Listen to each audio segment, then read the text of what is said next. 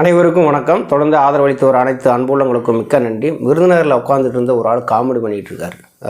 ராஜேந்திர பாலாஜி தான். அதிமுக ஆட்சி காலத்தில் பால்வளத்துறை அமைச்சராக இருந்தவரில் அவர் தான். செம்மையான ஒரு காமெடியெல்லாம் பண்ணுறாருங்க. சிரிக்கவும் முடியலை, அளவும் முடியலை, அப்படியான ஒரு காமெடியாக இருக்குது. சிந்திக்கவும் முடியலை.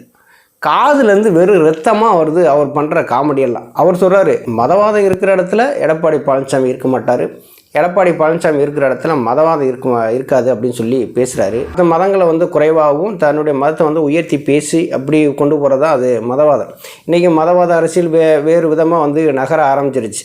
இப்போ எடப்பாடி பழனிசாமி பிஜேபியோட கூட்டணி வச்சார். கூட்டணி வச்சுட்டு விலகி வந்தார். விலகி எதுக்கு வந்தார்? அந்த பிஜேபியோட கூட்டணி வச்சதுனால அது மதவாத கட்சின்னு சொல்கிறாங்க, சிறுபான்மையினர் ஓட்டு போட மாட்டேங்கிறாங்க, அதனால் நாங்கள் பிஜேபி கூட்டணியில் வந்துட்டோம் அப்படின்னு சொன்னாரா இல்லையா? நாங்கள் சிறுபான்மையினர் வாக்கு எங்களுக்கு கிடைக்கல, அதனால தான் நாங்கள் தோற்று போயிட்டோம் அப்படின்னு சொல்லி எடப்பாடி பழனிசாமி பிஜேபி கூட்டணி வெளியில் வந்தார். வெளியில் என்ன பண்ணார் தெரியுமா? இந்த 2024 பாராளுமன்ற தேர்தலில் நேராக போய் அதே மதத்தை தூக்கி பிடிக்கிற எஸ்டிபிஐ கட்சியோட தான் கூட்டணி வச்சார். இது ராஜேந்திர பாலாஜிக்கு தெரியாமலா போயிடும்? மதவாதம் இருக்கிற இடத்தில் எடப்பாடி பழனிசாமி இருக்க மாட்டார்னா, எடப்பாடி பழனிசாமி போய் சேர்ந்த இடங்கள் பூராமே மதவாத கட்சிகள் தான். இப்போ பெரும்பாலும் நம்ம பேசுகிறது அப்படித்தானே. பிஜேபி மதவாத கட்சின்னு பேசுகிறோம். அங்கேருந்து விலகி வந்தார் எடப்பாடி, திரும்பி போய் எஸ்டிபி கட்சியோட கூட்டணி வச்சார். அதுவும் ஒரு மதவாத கட்சி தானே.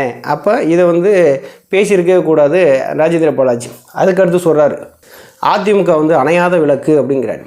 புரட்சித் தலைவர் எம்ஜிஆர் காலத்திலையும் புரட்சித் தலைவி அம்மா அவர்களுடைய காலத்திலையும் அதிமுக அணையாத விளக்கு தான். அது எந்த விதமான மாற்று கருத்தும் கிடையாது. அது எல்லாருக்குமே தெரியும். அதிமுக உண்மையிலேயே அணையாத விளக்கு தான். ஆனால் எடப்பாடி பழனிசாமி தலைமை ஏற்றார், அதிமுக அந்த விளக்கையே அணைச்சிட்டார்.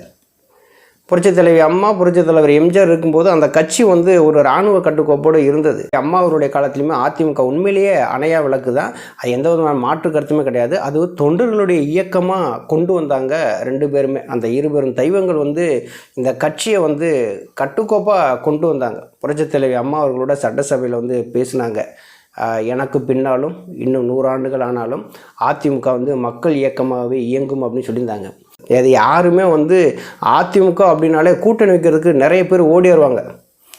அதிமுக நம்ம போய் கூட்டணி வச்சோம்னா நம்ம சீட்டு கொடுப்பாங்க, நம்ம வெற்றி பெறலாம் அப்படின்னு சொல்லிட்டு அந்த ஒரு கனவோடு மாற்று கட்சியினர்லாம் கூட்டணிக்கு வேகமாக ஓடி வருவாங்க. ஆனால் எடப்பாடி பழனிசாமி நம்பி கூட்டணிக்கு யார் வந்தா? 2024 தேர்தலில் என்ன நடந்தது? அங்கே மன்சூர் அலிகான் கூட்டணிக்கு வந்தார். அவரும் கூட்டணி உடன்பாடு எனக்கு எட்டலை அப்படின்னு சொல்லிட்டு அவரும் ஒரு செய்தியாளர் சந்திப்பு நடத்திட்டு அவர் வாட்டில் போயிட்டார். இவர் வந்தார், எடப்பாடி பழனிசாமி அதிமுகவுக்கு வந்தார், அந்த விளக்கை அப்படியே அணைச்சிட்டார். தமிழ்நாட்டில் அதிமுகன்னு ஒரு கட்சி இருக்கா அப்படிங்கிற நிலைமைக்கு வந்துருச்சு. 2026 தேர்தலில் அதையும் குழி தோண்டி படைச்சுவார் போல். அதிமுகங்கிறது ஒரு அணையாத விளக்கு தான். ஒரு தொண்டர்களுடைய இயக்கமாக இருந்தது. தொண்டர்கள் தான் ஒரு ஆணி வேறாக இருந்தாங்க. இப்போ தொண்டர்களுடைய உரிமையே எடப்பாடி பழனிசாமி பறிச்சுட்டு தொண்டர்களை தெருவில் விட்டுட்டு இன்றைக்கி அதிமுக அணையாத விளக்குன்னு சொன்னால் அதை எப்படிங்க ஏற்றுக்கிற முடியும்? கொஞ்சம் யோசிச்சு பார்க்க வேண்டாமா? அதுக்கடுத்து என்ன சொல்கிறாரு, மாவீரன் பிரபாகரனை போன்ற ஒரு எடப்பாடி பழனிசாமி அப்படிங்கிறாரு. பேசும்போது கொஞ்சம் நான் கூசலையா? பேசும்போது யாரோட ஒப்பிட்டு பேசணும் அப்படின்னு கூட ராஜேந்திர பாலாஜிக்கு தெரியல. பார்த்தீங்களா? இப்படி இருக்கிற ஆட்களை வச்சு எப்படிங்க கட்சி நம்ம ஆட்சி அமைக்க போகிறோம் அப்படிங்கிறாங்க. மாவீரன் பிரபாகரன் இங்கே, எடப்பாடி பழனிசாமி இங்கே. மாவீரன் பிரபாகரன் தைரியமானவர், நேர்மையானவர், தன் மக்களுக்காகவும் தன் இனத்துக்காகவும் கடைசி வரை உயிர் மூச்சு இருக்கிற வரை போராடினார். ஆனால் எடப்பாடி பழனிசாமி என்ன பண்ணார்? இந்த கட்சியை அழிச்சிட்டாரா? இந்த கட்சியை இவர் தலைமை ஏற்றதுனால கட்சி பெரிய வாக்கு சதவீதத்தில் கட்சியை வளர்ச்சி அடைய வச்சுட்டாரா? இல்லை 2024 பாராளுமன்ற தேர்தலில் வெற்றி அடைய வச்சுட்டாரா? இங்கே என்ன நடந்தது?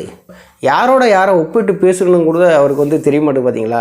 என்ன பண்ணுறதுனே நமக்கும் ஒன்றும் புரியலை. நம்மளும் ராஜேந்திர பாலாஜி மாதிரியான ஆட்களுக்கெல்லாம் நம்ம பேசுகிறோம் அப்படிங்கிறப்போ நமக்கே கொஞ்சம் என்னத்தங்க இவரை பற்றி பேசுகிறது என்னங்க இருக்குது? அவர் வாட்டில் ஒரு காமெடி பண்ணிட்டு போகிறாரு.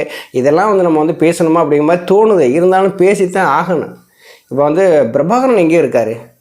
பிரபாகரனை ஈக்குவல் பண்ணி எடப்பாடி பழனிசாமி பேசலாமா? இப்போ எடப்பாடி பழனிசாமி வந்ததுனால அதிமுக எங்கெங்கே வளர்ச்சி அடைஞ்சிருக்கு கொஞ்சம் சொல்லுங்களேன்.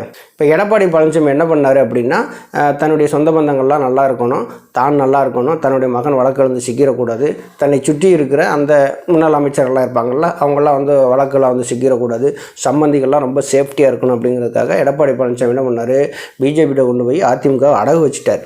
இதுதானே நடந்தது. ஒரு மாவீரன்னா என்ன பண்ணியிருக்கணும்? ஒற்றை தலைமையில் இருந்து ஒரு நல்ல முடிவை எடுத்துருக்கணும்ல.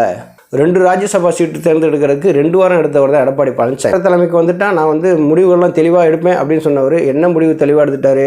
2024 பாராளுமன்ற தேர்தலில் நான் மெகா கூட்டணி அமைப்புனாரா இல்லையா? எடப்பாடி பழனிசாமி சொன்னார். ஆனால் கூட்டணி அமைச்சாரா? அமைக்க கிடையாது. அப்போ பிரபாகரன் எங்கே? எடப்பாடி பழனிசாமி எங்கே? அதில் கொஞ்சம் யோசிக்கணும்ல. பிரபாகரன்ட்ட நீதி, நேர்மை, நியாயம் எல்லாமே கலந்து இருந்தது. மக்கள் பிரபாகரனை நம்பினாங்க. ஒரு தமிழின தலைவனாக அவனை போட்டுனாங்க. மக்களுக்காக வாழ்ந்து செத்தார் அவர் மனுஷன். எடப்பாடி பழனிசாமி எப்படியா இருக்கார்? அப்படி இல்லையே. தான் நல்லா இருக்கணும், தன் குடும்பம் நல்லா இருக்கணுங்கிறதுனால நினச்சாரு. தான் பொதுச்செயலாளராக இருந்தால் போதுங்கிறதுனால தானே அவர் நினச்சாரு. கட்சி எப்படி போனாலும் பரவாயில்ல, நம்ம நல்லா இருந்தால் போதும் தானே நினச்சாரு. அம்மாவுக்கு கொடுத்த அந்த பொதுச்செயலாளர் பதவியை அபகரித்தவர் தானே எடப்பாடி பழனிசாமி. மொத்தத்தில் அதிமுக குழி தோண்டி புதைச்சவர் தானே எடப்பாடி பழனிசாமி. அப்போ இவரை போய் அவரோட ஒப்பிட்டு பேசலாமா? இன்னொரு இது சொல்கிறாரு, திமுக என் மீது எவ்வளவு வழக்குகள் போட்டாலும் நாங்களாம் அதை பற்றி பயப்பட மாட்டோம். ஒதுங்கிட்டோம்னு சொல்லி பார்த்தீங்களா? பயந்துட்டோம்னு சொல்லி பார்த்தீங்களா? உங்களை ஆட்சியில் இறக்காமல் நாங்கள் விட மாட்டோம் அப்படிலாம் சொல்லி பேசுகிறாரு. இதில் கொஞ்சம் யோசிச்சு பார்க்கணும் நீங்கள். அப்போ அதிமுக ஆட்சி காலத்தில் பால்வளத்துறை அமைச்சராக இருந்தார். திமுக ஆட்சிக்கு வந்துருச்சு. இப்போ ராஜேந்திர பாலாஜி அந்த ஆவினில் ஏதோ ஒரு முறைகேடு பண்ணிட்டாருன்னு சொல்லிவிட்டு அவர் மீது வழக்கு பதிவு பண்ணிட்டாங்க. இவர் என்ன தைரியமான ஆள் தானே, நாங்கள் பயப்பட மாட்டோம், அஞ்சா நஞ்சன் நெஞ்ச இப்படி நிமித்தி நிற்போம் அப்படின்னு சொல்கிறார்ல ராஜேந்திர பாலாஜி. ஏங்க இப்படி கார் விட்டு கார் மாறி மாறி போகணும்? காவல்துறை துரத்துதுன்னு சொன்ன உடனே மாநிலம் விட்டு மாநிலம்லாம் போனார் ராஜேந்திர பாலாஜி. அஞ்சா நஞ்சன் ஒரு கடைசியில் கைலியோடவும் இது பனியனோடையும் பிடிச்சி கொண்டு வந்தாங்கல்ல, பிடிச்சி உள்ளே போட்டாங்கல்ல.